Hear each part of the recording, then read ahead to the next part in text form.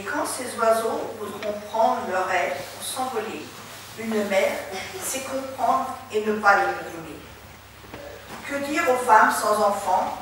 Une seule chose est claire. Rien n'empêche de les aimer autant, d'avoir un cœur de mère. La fête des mères nous donne envie de remercier le ciel. Si grâce à Dieu nous sommes en vie, c'est aussi grâce à elle. De Marjorie Chaud. Et alors, si vous voulez, il y aura les poèmes écrits Françoise Afflé. Voilà. Si vous voulez.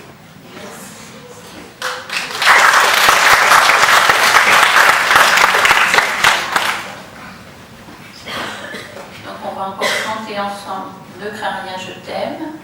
Puis ce sera le moment de l'école du dimanche. Donc les grands aujourd'hui restent au culte. Les moyens vont avec Charles et les petits avec Estelle. Et l'enseignement pour les enfants en ce moment, c'est la vie d'Abraham. Donc on va chanter Ne crains rien, je t'aime.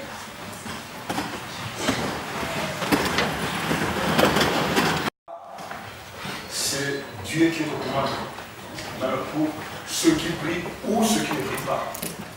C'est pour cela que souvent on dit qu'il faut compter avec Dieu. Et nous comptons aussi sur Dieu. Il faut aussi compter avec Dieu parce que Dieu est aux commandes de toutes choses. Il y a de ceux qui disent que oui, je crois en Dieu, mais Dieu n'agit plus. Ça, c'est leur façon de voir les choses. Mais la vérité, à bien réfléchir, Dieu reste aux commandes de toutes les affaires. De toutes les affaires. J'ai été invité à assister comme observateur à une assemblée générale extraordinaire d'une église. Là, c'est au pays, ça fait déjà plus de 20 ans, c'était en 84, je crois. Oui. En 80 ou 81. Donc je venais d'arriver nouvellement. Et le pasteur me dit, ben, tu peux rester assister à notre assemblée générale extraordinaire. Et à l'ordre du jour, il y avait plusieurs sujets. Et le dernier, qui était presque comme le nœud de l'assemblée générale extraordinaire, c'était le différent, le conflit différent entre ce pasteur qui venait d'arriver, qui venait d'être affecté, et une dame, je me rappelle le nom de la dame, c'est maman Ngaloula. Cette dame prêchait à l'église parce que l'église manquait de pasteurs. Elle avait ce don-là de prêcher. Et entre-temps, pour l'évêque méthodiste, parce que c'était une église méthodiste, il préparait un pasteur pour cette église. Et l'école biblique était à 15 km environ, et ce pasteur venait passer son stage à cette église. Mais il y avait deux paroisses.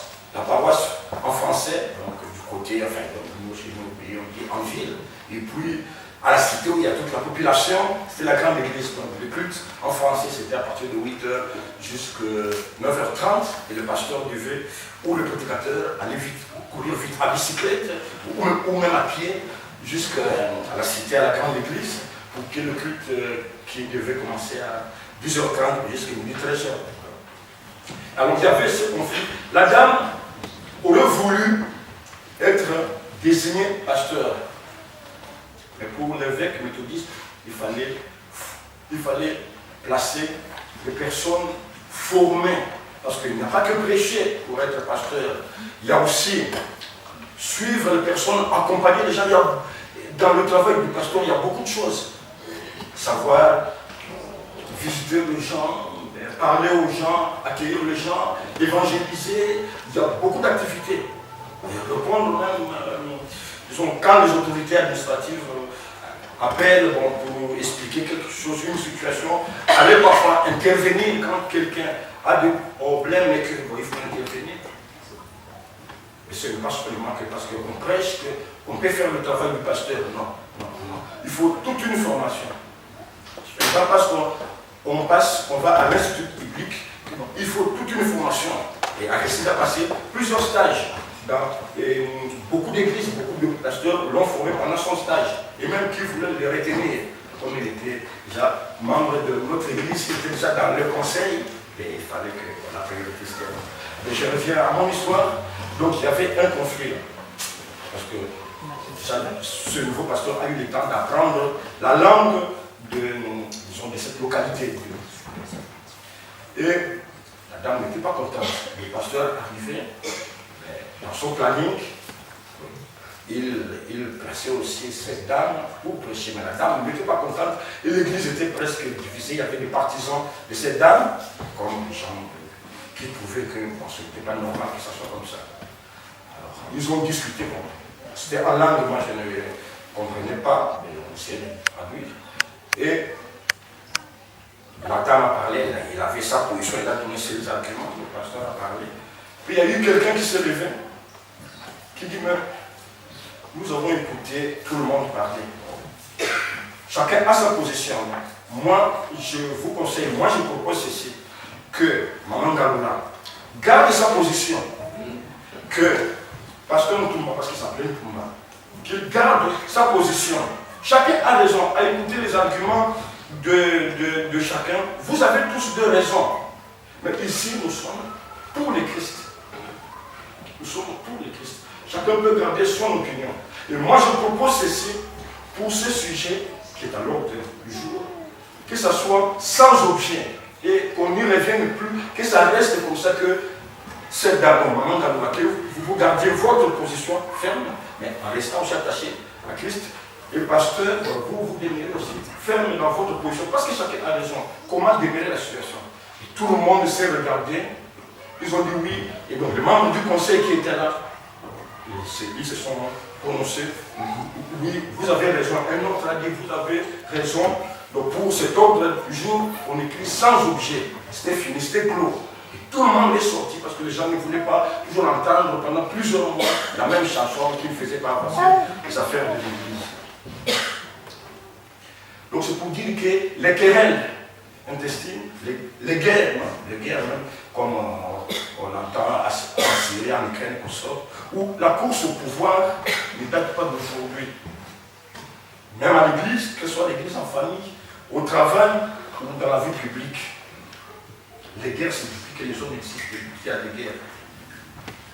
Il y a 3000 ans en Israël antique, le roi David, parce que Françoise a parlé du roi David, voilà. Le roi David est contraint de fuir la ville de Jérusalem car son fils Absalom a monté une conspiration pour les renverser, qu'il se proclame roi. Jusqu'aujourd'hui, ça s'est fait, des coups d'État.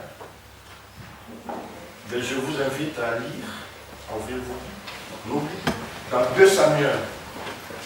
Normalement, toute l'histoire, ce sont des parties que j'ai prises, c'est dans 2 Samuel, le chapitre 15, 16, 17. Donc, il ne faut pas tout lire, mais c'est lire l'histoire de David après. Donc nous allons lire dans le 2e livre de Samuel, au chapitre 15, les versets 10 à 14. Je vais les lire. 2 Samuel. Après, vous garderez vos Bibles ouvertes parce que ça va être un peu interactif, la participation de nous tous là pour lire ce passage. Donc j'ai lu 2 Samuel 15, versets 10 à 14.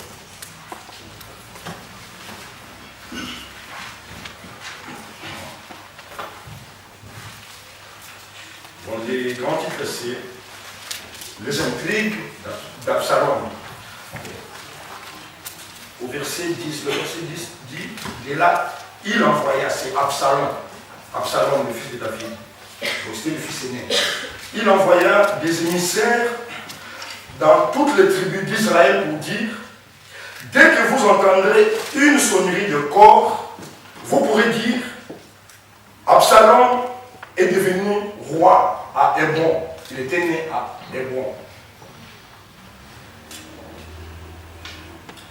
200 hommes de Jérusalem, invités par Absalom, partirent de bonne foi avec lui, sans se douter de ses intentions. Là, il faut bien écouter. Sans se douter de ses intentions. Pendant qu'Absalom offrait les sacrifices, notez ça aussi, parce que je reviendrai. Absalom offre des sacrifices à Dieu. C'est Dieu qui bénit, c'est Dieu qui rend quelqu'un. Et pour lui, il fait ces gestes pour dire, Dieu, je te fais cette offrande ou ce sacrifice, c'est bon. Et je me fais roi. On peut le dire comme ça. Ou c'est mon commentaire à moi. Pendant qu'Absalom offrait les sacrifices, il envoya chercher Ahitophel, le Gilonite, conseiller de David, conseiller personnel de David. Vous voyez, tous les chefs d'État, les présidents de la République ont toujours de conseillers personnels que ce que ce conseiller dit, c'est ce qu'il va faire. Pour quelque chose, souvent il est là, il lui dicte, il écrit pour lui ses discours, ses gestes. Il envoya chercher Ahitophel, donc conseiller de David, dans la ville de Gilon. Ainsi, la conjuration devint puissante et le parti d'Absalom fut de plus en plus nombreux. On vint annoncer à David que les Israélites prenaient parti pour Absalom. Verset 14. Alors David dit à tous ses ministres qui étaient avec lui à Jérusalem, allons, fouillons au plus vite, sans quoi personne n'échappera à Absalom. Hâtez-vous de partir, sinon il nous prendra de vitesse et nous rattrapera. Il nous précipitera alors dans le malheur et massacrera toute la population de la ville. C'est toujours là les conséquences du coup d'État. Il y a toujours le monde. Moi je viens des pays où il y a eu des coups d'État, il y a eu des morts, il y a eu des gens pendus. J'ai assisté à la pendaison. J'avais l'âge de 13 ans. On a demandé que tout le monde aille. Ça j'ai vu. Et j'ai juré à cet âge que jamais je ne dois voir de telles choses. 4 personnes pendues, soi-disant qu'ils avaient monté une conspiration pour renverser les régimes. Ça j'ai vu de mes propres yeux. Pas voir à la télé. J'avais l'âge de 13 ans. Et David, qu'est-ce qu'il dit? Fouillons au plus vite, sans quoi personne n'échappera à Absalom. Hâtez-vous de partir, sinon il nous prendra de vitesse et nous rattrapera. Il nous précipitera alors dans le malheur et massacrera toute la population de la ville. Notez aussi le massacre de population.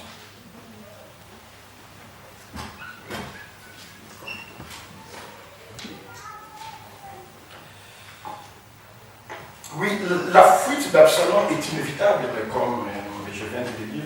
David sait qu'Absalom est prêt à tout. Il connaissait le caractère et le tempérament de son fils. Déjà, Absalom venait de tuer son frère. Et son frère, parce que son frère il avait violé sa demi-sœur. Et Absalom n'a pas pardonné cela parce que c'était la sœur d'Absalom. Et David voulait éviter, il savait qu'il allait y avoir un problème. Il faisait tout pour éviter le problème, mais Absalom a réussi à rejouer la vigilance de son père et il a tué son demi-frère. Et David apprend dans la foulée que son conseiller personnel, Ahitophel, est embauché par Absalom. Donc pour David, la coupe est pleine. C'est le verset 31 qui le dit. Lorsqu'il apprend, au verset 31. On vint rapporter à David qu'Ahitophel s'était joint aux conspirateurs autour d'Absalom. Et David s'écria, ô Éternel, rends les conseils d'Ahitophel inefficaces.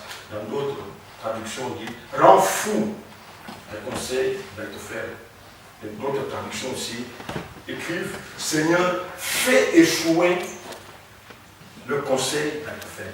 Si David s'écrit ou crie de cette façon au Seigneur, parce qu'il connaissait l'influence d'Ahitophel, il avait un ascendant, même sur les rois, sur les chefs. Donc c'était quelqu'un qui avait un esprit dominateur et quand il parlait, personne ne répliquait.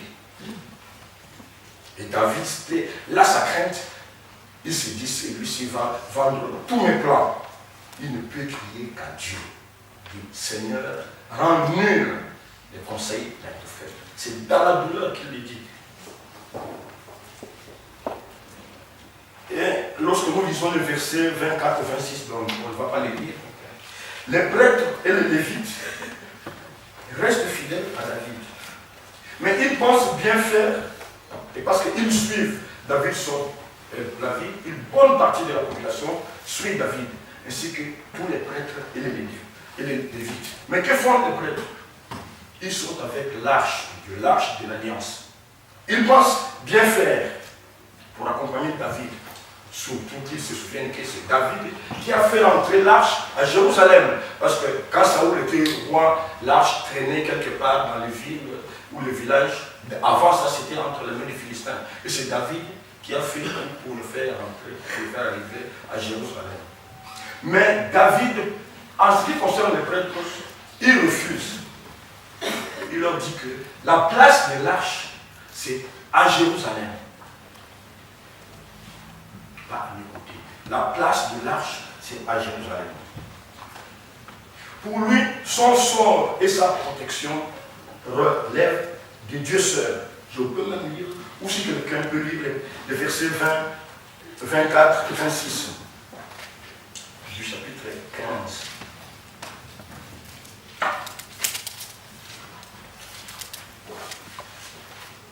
Les versets 24 et 26, c'est juste pour que vous soyez vraiment dans le vif. Si quelqu'un, vous pouvez lire à haute voix. Chapitre 15, les versets 24 à 26.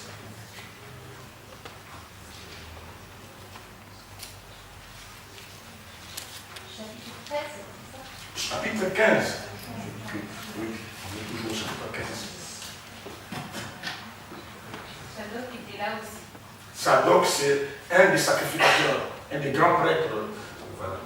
Et avec lui, tous les Lévites portant l'arche de l'alliance de Dieu. Ils posèrent l'arche de Dieu, et Abiathar montait pendant que tout le peuple achevait de sortir de la ville.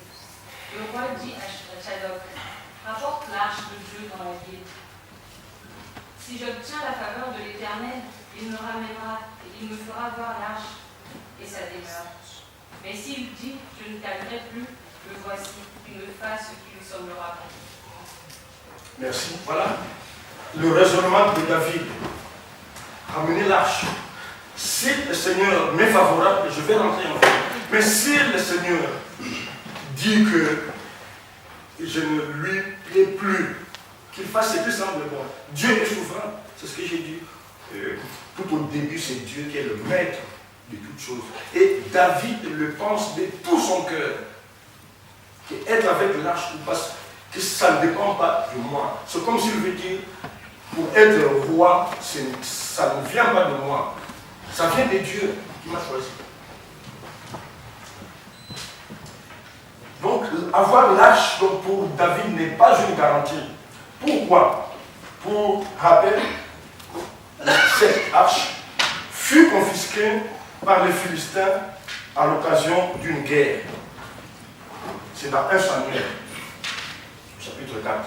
Les Philistins avaient confisqué pendant que les Juifs se sont dit, les Israélites, ils se sont dit que si nous amenons l'arche en guerre, nous serons vainqueurs. Ça, c'est leur raisonnement. Mais Dieu a pensé autrement. Et deuxièmement, le roi Saoul, prédécesseur de David, en ce qui concerne les prêtres, Saoul fit exécuter les prêtres qui avaient aidé David en lui fournissant des vivres, pour ceux qui connaissent mon histoire. Et parce qu'ils avaient consulté l'Éternel pour David. C'est quand David fouillait devant Saoul, Saoul cherchait à le tuer. Il n'avait plus à manger lui et les gens qui étaient avec lui. Il est allé là où se trouvaient les prêtres, il leur a demandé du pain, de la nourriture. Et les prêtres lui ont donné du pain. Mais il y avait quelqu'un qui était serviteur de Saoul, qui était présent et qui a rapporté l'affaire au roi Saoul. Et Saoul a dit, ah, même les prêtres sont contre moi, ils viennent au secours de mon ennemi. Il fait venir tous ces prêtres, sauf un qui a eu le temps de fuir. Je ne sais pas si c'est Abiathar ou autre. Et il les fait massacrer. Alors David veut à tout prix éviter le massacre de la population.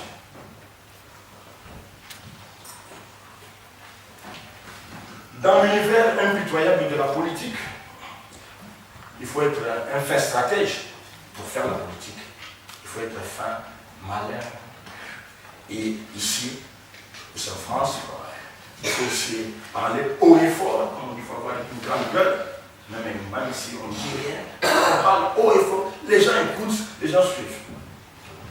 Mais il faut aussi savoir manœuvrer au nez et à la barbe de ses adversaires.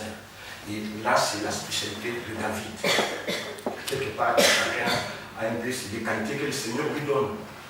Pour échapper à ceux qu'il avait arrêtés, David, c'était les Philistins. Qu'est-ce qu'il avait fait? Il avait faim, être fou. Voilà.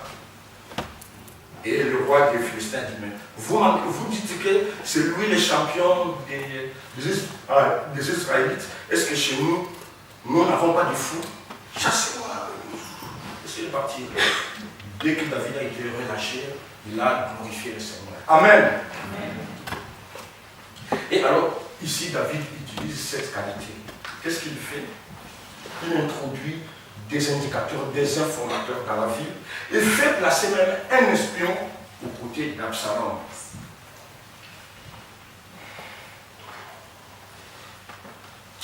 Je regarde le temps que ça dit là.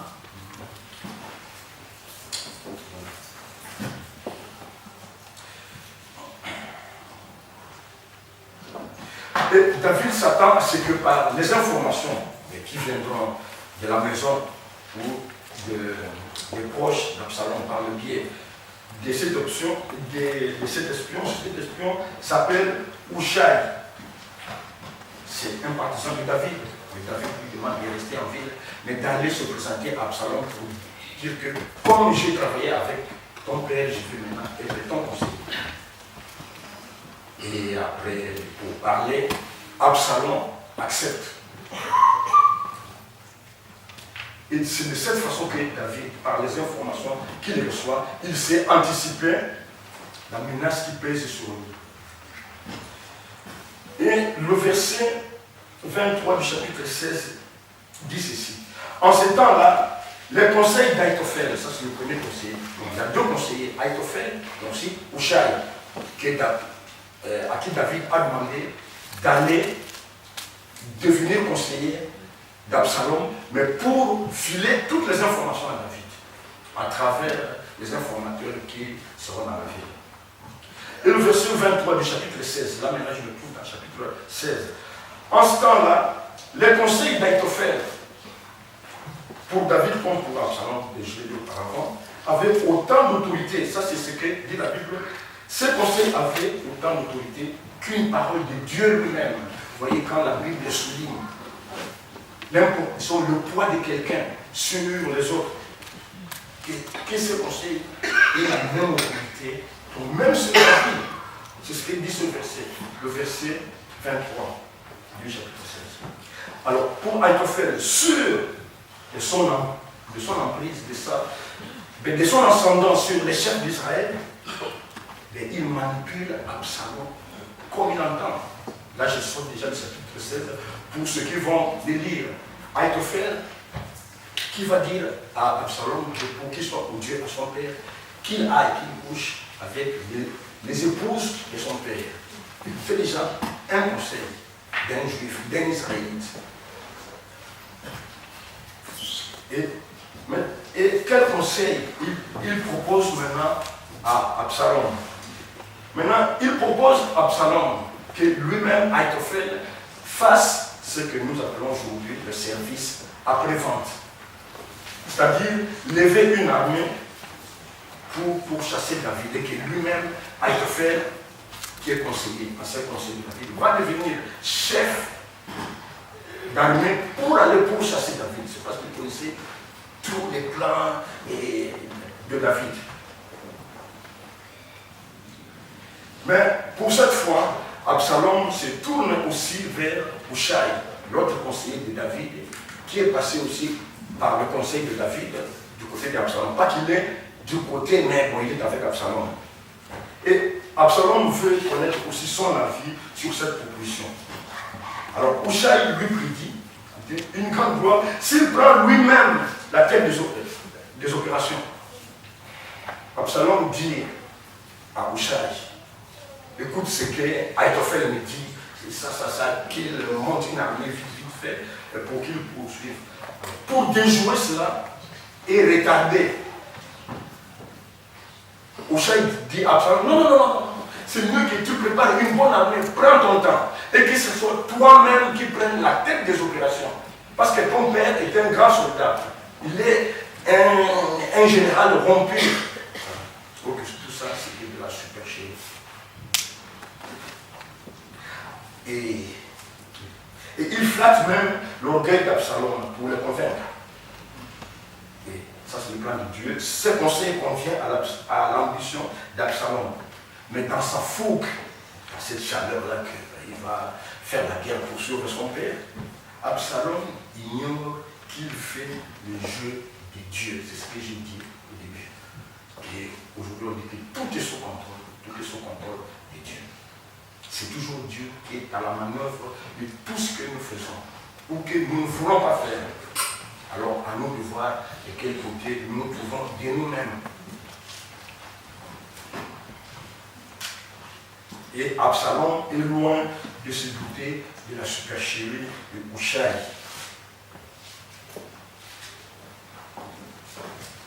Je vais lire, ou si quelqu'un trouve, le verset 14 du chapitre 17, si quelqu'un le trouve.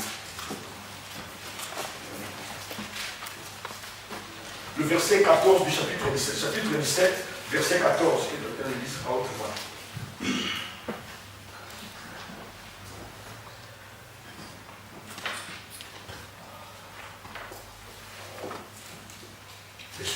Absalom et tous les Israélites dirent, le conseil de Hushai l'Archien vaut mieux que celui d'Ahitophel. Or, l'Éternel avait décidé d'anéantir le bon conseil d'Ahitophel afin de faire venir le malheur sur Absalom. Merci.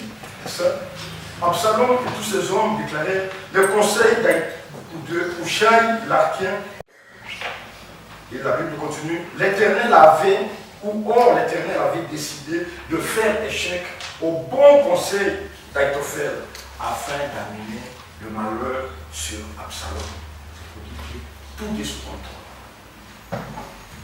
Absalom ignore ou oublie que David a été choisi roi par Dieu.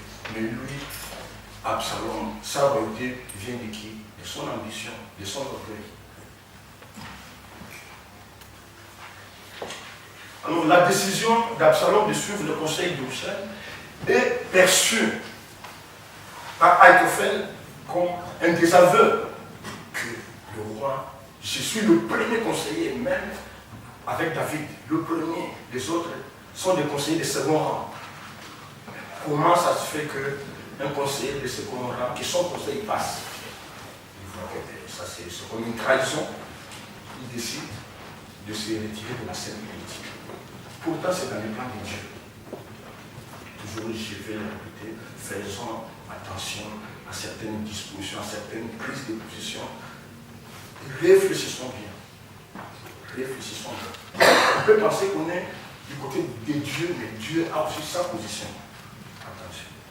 C'est comme si on a tout son plan, on a un rendez-vous, on va prendre le train parce qu'on a rendez-vous à telle heure, et vous arrivez à la gare, on dit qu'il n'y a pas de train, il y a eu un accident, tout. Il faut rater votre entretien. C'est pareil. Dieu a son plan. C'est pour ça que je dis qu'il faut compter non seulement sur Dieu, compter avec Dieu. Que Dieu aussi a quelque chose à dire. Même si il ne vous le dit pas, il va aussi faire quelque chose à sa façon. Et que fait Ahitophel?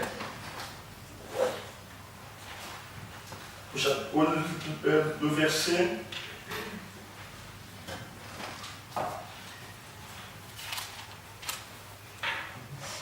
Le verset 23 dit ceci. Quand Ahitophel vit qu'on n'a pas suivi son conseil, il sella son âme et s'est mis en route pour retourner chez lui dans sa ville. Donc il décide de quitter son travail de conseiller.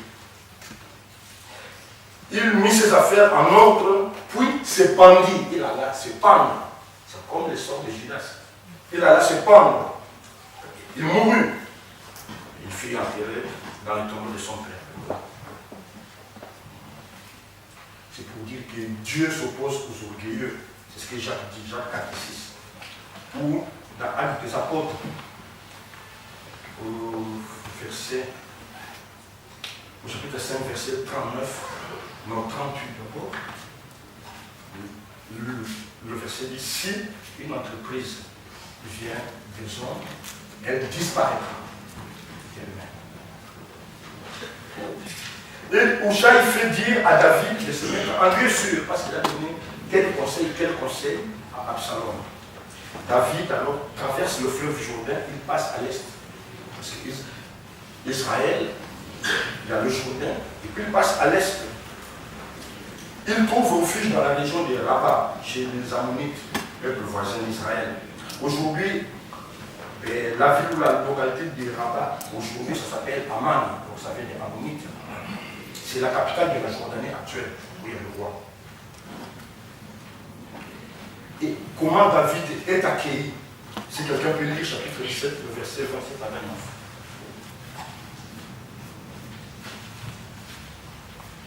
Chapitre 17, le verset 27 à 29. C'est vers la fin du chapitre 17. Quelqu'un le lise à haute voix.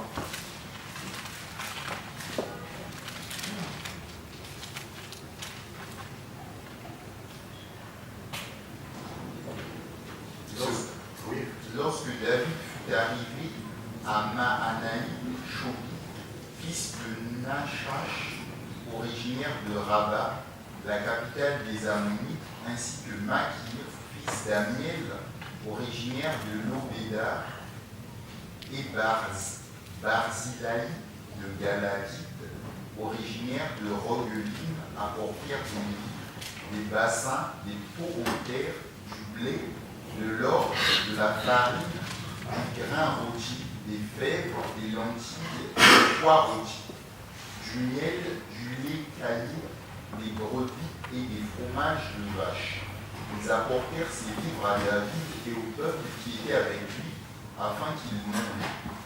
Il se disait en effet, ce peuple a dû souffrir de la faim, de la fatigue et de la soif dans le désert. Amen. Merci. Donc, ils accueillent David et sa troupe. Ils leur donnent du matériel de couchage, donc aujourd'hui on dirait des tentes, et des lainages pour se couvrir, la vaisselle, du blé, de l'orge, de la farine, des épis. Tout donc, la vaisselle, tout pour manger. Parce qu'ils se disent, ces gens doivent être exténués, épuisés par leur marche à travers le désert. Ils ont sûrement faim et soif. Ils pensent qu'ils ont sûrement faim et soif.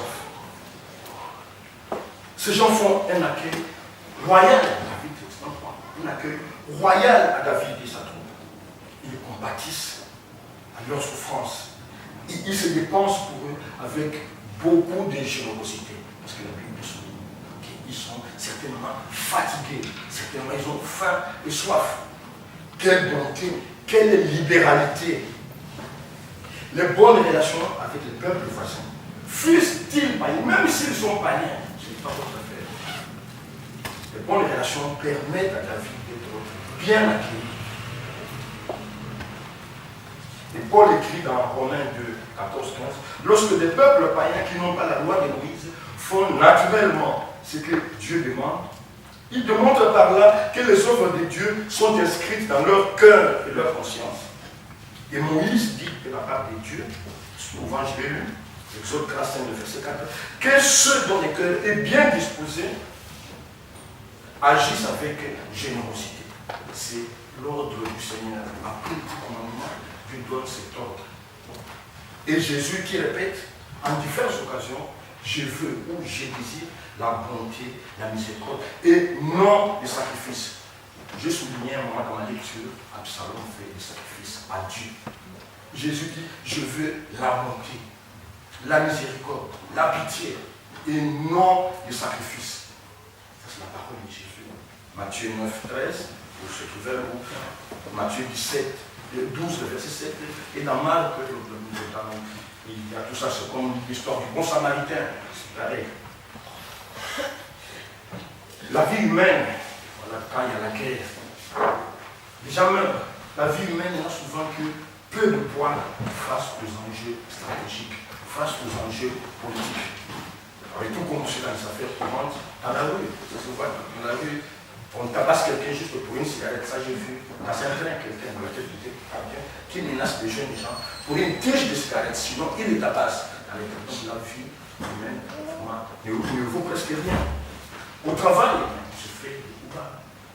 Même en famille, il n'y a pas de commentaire à le faire. Lorsque les rivalités et les convoitises apparaissent, on joue au cache-cache, même là où on était de grands amis, dès qu'il y a convoitise, on change. On commence à jouer au cache-cache. On se fait des coups bas, ou des coups tordus, comme on dit. Il y a même des corbeaux qui s'amènent, ceux qui envoient des lettres anonymes, qui vendent des informations. Et ça dégénère parfois en règlement de compte. Là, quand je le dis, que j'ai vécu avec des collègues qui sont passés empoisonnés juste pour des postes. Même moi, j'ai failli passer. Mais moi, à la place, j'ai fui virer. Plus tard, un comptable me dira, on se rencontre à Tessa. Déjà, il faut remercier le Seigneur de ce que tu fus viré. On savait que ce n'était pas toi qui as fait le coup. Il faut remercier Dieu que tu fus viré parce que tel, ils sont empoisonnés. C'est pour la course du pouvoir, la course aux promotions. Et un ancien directeur qui fut mon chef, et il était premier conseiller du PDG. Le PDG, c'était un Français, SPH, pour mon pays. Et quand nous nous sommes rencontrés, il me dit, Jean-Louis, ici, à la direction générale, nous passons notre temps à nous espionner et à nous faire des crocs en jambes. C'est ça, quand on est conseiller du PDG, conseiller du ministre. Quel dossier il a trouvé là-bas? Donc, il faut forcer le dossier pour que le ministre rejette le dossier, qu'il prenne le mien. Et c'est comme ça que ça se passe dans le cadre. Jésus dit qu'il n'en soit pas ainsi entre vous. Ça, c'est la parole de Jésus. Pourquoi est-ce que Jésus le dit? Parce que déjà, même pour ses disciples, il y avait des ceux qui voulaient être plus près de lui. La Bible dit bien, la mère des fils de Zébédée, la mère de Jean-Jacques, qui va demander à Jésus que ses fils à lui, que quand Jésus sera dans son royaume, il soit plus près de Jésus. Voilà, il y a la course au pouvoir, la mère qui intervient pour ses enfants, auprès de Dieu. Donc, c'est même à l'église, dans l'église d'où je viens, à Kinshasa, il y a eu des bagarres, parce qu'il y a l'église ici. Les missionnaires sont venus chez nous pour évangéliser. Il y a eu par 2 fois la police, même quand me trouvais ici en France, la police a dû intervenir pour arrêter la bagarre à l'église. Comment est-ce que nous vivons ici à nous d'y réfléchir? Est-ce que ça honore Dieu? Est-ce que ça fait avancer le travail du Seigneur? Je ne sais pas si certaines personnes vont parler à côté. Vous savez. Quand d'autres, là, je dis clairement, c'est comme si, excusez-moi, mais c'est comme s'ils veulent être des pasteurs bis. Et il y a des gens qui s'en plaignent. Ça, je ne suis pas d'accord avec ça. Mais bon, après, Aristide, on le prend avec patience. Même Roger, avant le patron, il faut être patient avec les gens de l'église. Il fait pour le Seigneur. Mais chacun vient avec son tempérament. Qu'est-ce qu'il faut faire? Il faut être patient. C'est ça l'église du Seigneur. Mais Jésus dit, il ne faut pas que ça soit ainsi. C'est la parole de Jésus. Mais chacun vient avec son tempérament, sa nature. Et on peut se croire très fort, souvent quand on a de l'ambition, jusqu'à vouloir se comparer à un roi, jusqu'à vouloir défier un roi. Et c'est déjà notre histoire. Mais c'est alors que notre insuffisance, notre faiblesse éclate au grand jour. Parce que là, même dans nos ambitions, quand nous ne comptons pas avec Dieu, on peut compter sur Dieu. Mais quand nous ne comptons pas avec Dieu, Dieu peut nous montrer que nous ne sommes rien. Comme vous dites, l'arrogance précède la ruine. C'est un verset de la Bible. L'orgueil précède. L'arrogance précède la chute. L'orgueil précède la ruine. Proverbe 16, verset 18. Absalom, là, j'en viens à résumer ce que je dis. Absalom surestime sa force et sa popularité. Il est prêt à conduire le pays dans une guerre civile. Mais il n'en calcule pas le prix. Il ne sait pas ce que ça coûte. Ça va coûter des vies humaines. Ça va coûter aussi pour aujourd'hui des fonds, parce qu'il y a du matériel militaire, beaucoup de choses. L'argent, peut-être, l'argent des fonds publics pour la guerre. Ah, ça, on ne calcule pas le prix. Il voit juste qui deviennent rois, mais en tuant son peuple. Il n'en calcule pas les prix, ni les conséquences. Mais il y a un adage qui dit, on sait comment on débute une guerre, mais souvent on ne sait pas comment elle va se terminer, comment ça va se passer. Telle voie paraît bonne à un homme. Il se trouve qu'elle ne mène nulle part, sinon à la ruine ou à la mort. Proverbe 14, verset 12. La foi, c'est reconnaître ses limites. Nous pouvons avoir des ambitions. Avoir des ambitions, c'est une bonne chose. Mais il faut reconnaître aussi ses limites, ses qualités. Reconnaître sa fragilité et ses manques, ses faiblesses, ses péchés. La foi, c'est compter sur Dieu. C'est compter avec Dieu. La chose à laquelle moi, je n'ai pas pensé. Dieu peut faire aussi à sa façon. La foi, c'est laisser Dieu conduire sa vie. Laisser Dieu conduire sa vie. David sait que son sort et sa protection reposent entre les seules mains de Dieu. Il a dit au prêtre, c'est Dieu qui va décider de mon sort. En tant que chef d'Israël, toutefois, il a une conscience aiguë de la responsabilité qu'il porte sur les populations dont il a la charge. Ça, c'est important. Ça, c'est un facteur important. Le sens des responsabilités. Nous avons des responsabilités à la maison, sur nos enfants, sur nos épouses, au travail, même dans la rue. Le sens des responsabilités, c'est une question importante pour Dieu. On doit être responsable. Ça fait partie de la dignité humaine. Nous ne devons pas être légers. Là, je n'ai pas prévu, mais je vais lire un verset dans Actes des Apôtres, je pense le chapitre 20. Si quelqu'un est plus rapide que moi, ça doit être le verset 28, Actes des Apôtres. C'est quand Paul va se séparer de l'église d'Éphèse. Il donne des conseils aux responsables de cette église. Il leur donne des consignes sur les charges qu'ils portent. Actes des Apôtres, chapitre 20. Le verset 28 dit, veillez donc sur vous-même et sur tous les troupeaux de l'Église que le Saint-Esprit a confié à votre garde. Comme de bons bergers, prenez soin de l'Église de Dieu qu'il s'est acquise par son sacrifice. Je sais, mais non, pas de suite. Prenez soin. Il les responsabilise. Paul dit que nous ne nous verrons plus. Mais vous qui restez avec l'Église de Dieu, attention, c'est les troupeaux de Jésus. Est-ce que nous nous occupons de ces troupeaux comme si c'était nos troupeaux à nous, ou que c'est les troupeaux du Seigneur? Les uns envers les autres, comment est-ce que nous prenons cette affaire? Ou c'est un tel qui est responsable? Chacun. Mais il y a aussi des limites. Il y a aussi des limites que nous apprenons cela. Que nous développions le sens des responsabilités. C'est important, important. Ne vivons pas en irresponsables. Les parents ne vivons pas en irresponsables, même au travail.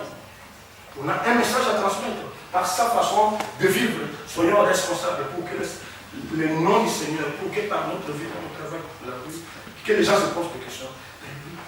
Il est comment? C'est grâce à lui. Il faut cultiver le sens de responsabilité. David, malgré qu'il doit fuir, mais il ne veut pas qu'il y ait de massacres de la population. Non, c'est mon affaire. Absalom veut me tuer, mais qu'il ait affaire à moi, pas à la population. Ça, c'est comme ça que les autorités actuelles, c'est que les gens meurent pour eux. Comme on dit, quand les éléphants se battent, ce sont les arbres qui payent. C'est ça la philosophie humaine. Mais pour David, non. Donc, face à la montée d'Absalom, il fuit loin de Jérusalem. C'est pour protéger la population de ça. J'ai lu ces versets. Et je vais vers la conclusion. Dieu a pitié des hommes qu'il a créés. C'est le passage que Françoise a lu dans les psaumes 103. Dieu a pitié des hommes qu'il aime. Les hommes qu'il a créés. C'est lui-même qui les a créés. Mais nous qui devenons chefs au-dessus des autres, comment nous les prenons? Nous qui allons devenir des chefs, les jeunes ici, ce sera comme des dictateurs. Même dans une entreprise, Si vous travaillez dans l'esprit de craindre le Seigneur, Dieu sait bénir. Les méthodes de management, de leadership, ça vaut, disons, dans la Bible, comme on travaille, c'est pareil. C'est pareil. C'est toujours Dieu qui est le maître de tout. C'est Dieu qui a fait qu'il y ait des entreprises pour qu'on vive. Nous tous, on n'est pas riches pour être propriétaires d'une entreprise. On peut être à la vie chef, ceci et cela. Il y a des sortes de responsabilités. Nous avons pour Dieu, nous avons du prix, de la valeur aux yeux de Dieu. Isaïe 43, 4. Ce que nous sommes, si nous sommes là, nous le devons à Dieu. Quand nous sommes son œuvre, à notre union à Christ, parce que nous avons accepté Jésus-Christ comme notre Seigneur et Sauveur, Dieu a voulu que nous existions, où Dieu nous a créés, où nous a engendrés pour une vie riche en bonnes œuvres. Là, dans notre histoire, c'est un peuple païen qui a pitié de la vie. Et Dieu a préparé les bonnes œuvres pour que nous les pratiquions. C'est ce qui est resté de nous a fait comme étude dans Éphésiens. Tous, ici, nous faisons, on le veuille ou pas, les jeux de Dieu, quelles que soient les circonstances. Que nous soyons croyants ou pas. Et Dieu agit en accord avec sa parole. Qu'on le veuille ou pas, même ceux qui ne croient pas en Dieu. Mais c'est Dieu qui conduit ce monde. Tout ce qu'il fait est juste. Et Dieu a le pouvoir d'abaisser ceux qui vivent dans l'orgueil. Et nous ne courons pas le risque de nous trouver en guerre avec Dieu. Comme dans le cas d'Absalom ou d'Aïtophel. Et ce n'est pas en disant Seigneur, Seigneur, ça c'est Jésus qui l'a dit, que nous sommes nécessairement en accord avec Dieu. Absalom aussi offrait des sacrifices à Dieu. Mais dans quelle intention? Quelles étaient ses intentions? Nous avons chanté là, pardon Seigneur, pardon. Et il faut donc que nos intentions et nos actes aillent dans le bon sens. Que nous-mêmes nous disions nos intentions, ça c'est l'intention, que nous orientons nos affaires dans le bon sens. Et la présence de Jésus dans notre vie est vraiment une chance. Une chance. Il faut en profiter. Quand Jésus dit heureux, heureux, heureux, c'est vraiment une chance. Il faut l'expérimenter. C'est une dynamite. Et cette dynamite devait faire éclater la carapace ou le masque derrière lequel nous nous cachons souvent. Et la présence de Jésus devrait révolutionner notre cœur et notre mentalité. Nous avons chanté les chants que Françoise a choisi. Il faut que nous méditions ces paroles, les paroles de la Bible, pour que ça révolutionne notre cœur, notre mentalité. Et faisons ce qui est juste et bon aux yeux de Dieu. Recherchons que Dieu, que Jésus soit roi et qu'il règne dans notre vie. Amen. Amen. Je vais demander à François de prier.